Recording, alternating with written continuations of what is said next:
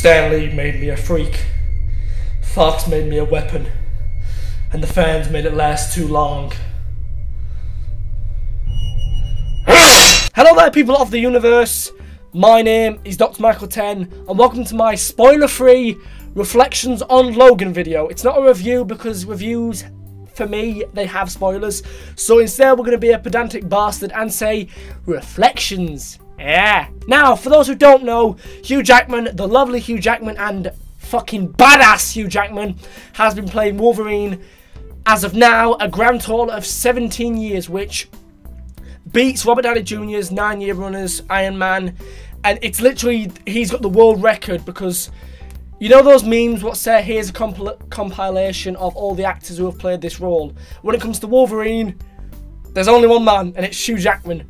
And Logan is sadly his last appearance. He's done 9, including Logan, and that is X-Men 1, 2, X-Men 3 The Last Stand, X-Men Origins Wolverine, X-Men First Class, The Wolverine, X-Men Days of Future Past, X-Men Apocalypse, and finally Logan. So nearly the Big 10, but 9 over 17 years is still fucking incredible. Now obviously, because this is a spoiler-free video, I won't be giving away too much about the plot other than what the trailers and the synopsis and interviews and basic research, as in not looking for spoilers, what that stuff would tell you. Now in the comics, obviously we've got Logan, Xavier and X-23, who is called Laura. Now in the comics, don't quote me on this because I've not read many of the comics, so if I'm wrong, don't hate on me, please correct me. But yeah, in the comics, as far as I know, Laura, X-23, is a clone of Wolverine, so she's referred to as his daughter. Now, I won't tell you if it is the same in the film, but you can come to the conclusion that it probably is. Now, first off, I want to say that when I did my basic research into the film, because I knew it'd be good anyway, but obviously trailers, as awesome as the trailers were, you do get worried. Because it's the last one, you want it to be fucking perfect. And it was. The only thing that I read from reviews, what worried me, because I've only read Reflections, because no spoilers, and they said this is a very different film, this isn't an X-Men film, and that made me worried. After seeing it, I see what it means.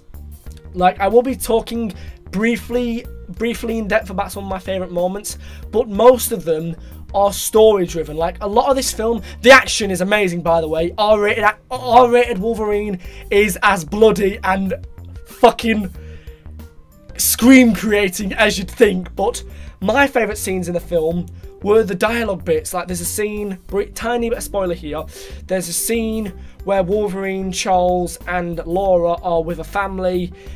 Something happens on a motorway, then Charles convinces Logan to help, and they end up going back because the people are grateful, so like, oh, we can offer you a meal.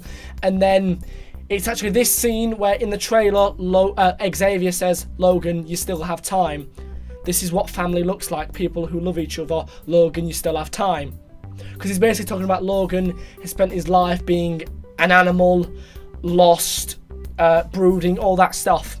So it's basically you get a bit of downtime. Like obviously Logan is a human, but obviously the mutants and all that, and those scenes, that's why it's really different from an X-Men film. Like you feel like seeing Logan and Charles and Laura all smile, and just it feels like a family.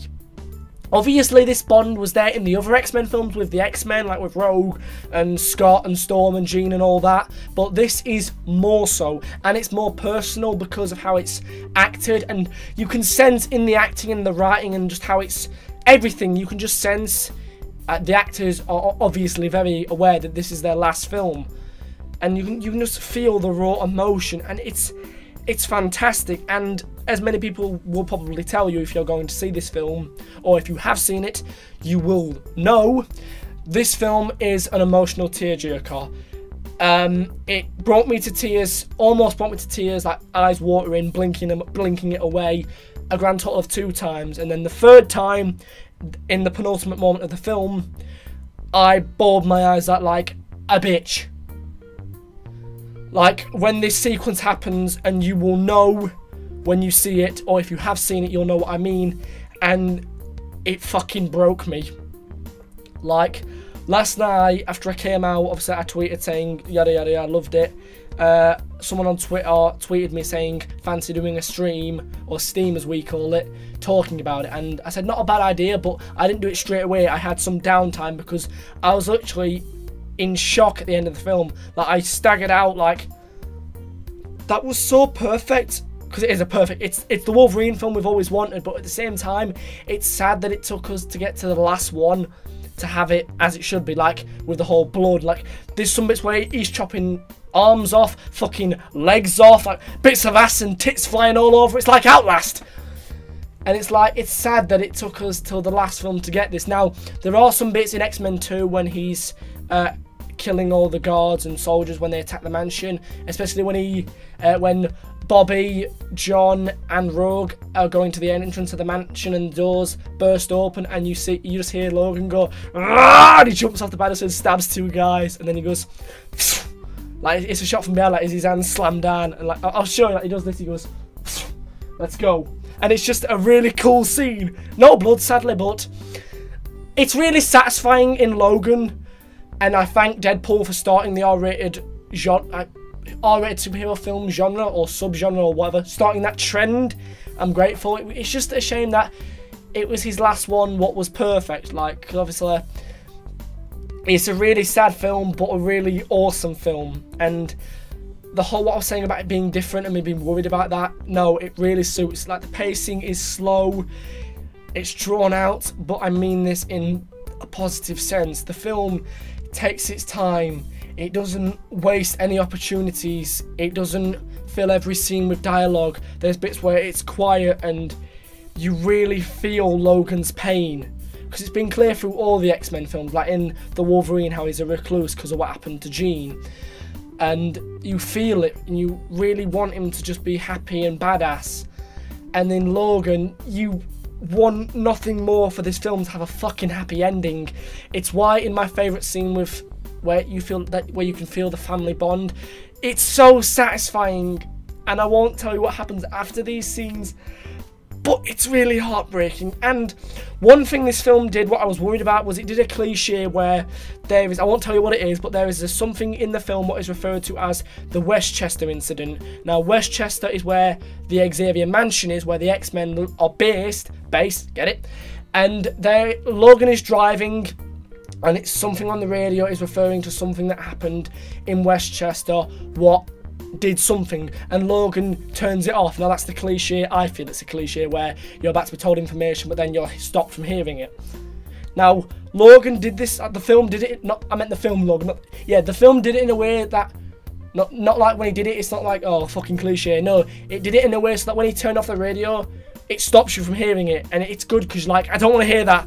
You don't want to imagine that what happened could happen. I won't spoil what it is, but it is basically the reason why there are no other X-Men members in this film. That might be too good of a hint, but yeah. And when it basically confirms what happened did happen, you literally think, no, fucking no! And it's so horrible. Also, I've not actually mentioned, I'm wearing a Wolverine shirt. This is literally what I wore to the film. I couldn't take clothes with me because they're like, why are you taking fucking razor blades? Is it because you're gonna join in with the film? No, which I did, by the way. When he's fighting, my hands were in my chair doing this. I was like, rush, rush. Oh, that's another thing. There is so many whoosh, whoosh sound effects in the film. It's like a fucking cutlery drawer just got emptied, and fucking forks, spoons, knives, claws, dildos flying around. What? But yeah, it's just an amazing film. The pace, the emotion, the fucking acting. Never mind the action, the acting. Because Hugh Jackman, Patrick Stewart, and the girl who plays Laura, I'll put her name here because it escapes me. Laura, duh. All of the actors are fucking incredible.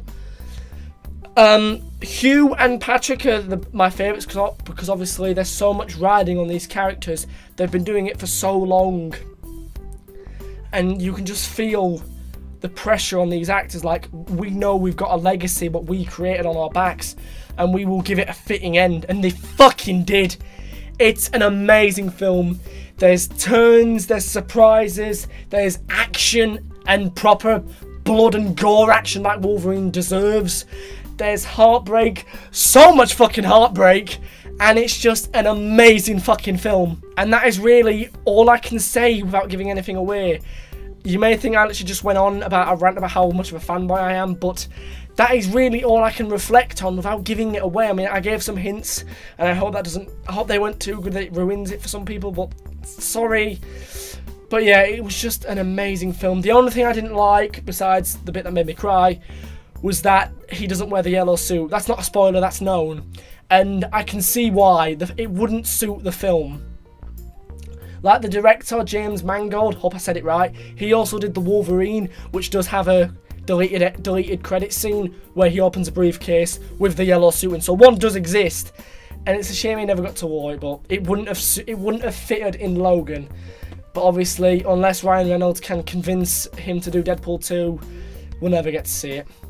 I don't know if I want him to do Deadpool 2. It'd be nice to see those two together, but Logan was just such a perfect film. And like, it's the first film that I cried at, but also the first film that's going to be hard for me to rewatch for a good reason. Like, normally if you don't rewatch a film, it's because it's crap, like Batman and Robin or Terminator 3. But the case of this is that you don't want to watch it again because you don't want that heartbreak. Worse now because you know it's coming, and you're like, I don't want to watch it. Like, the reason it took me so long to see the film was because I thought if I don't see it, then he hasn't stopped being Wolverine. Now I've seen it, I've got to accept it, and I'm like, ah, fucking dick.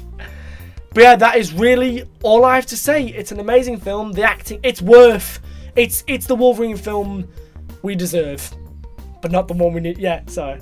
It's a fitting end to Hugh Jackman's 17 years, and obviously he wants Tom Hardy to take over, and some people do. I personally think, no, we leave Wolverine where he is. Obviously, they could maybe do cameos of films set before Logan, but obviously if Hugh doesn't want to do it, he doesn't want to do it. And also, it kind of fits.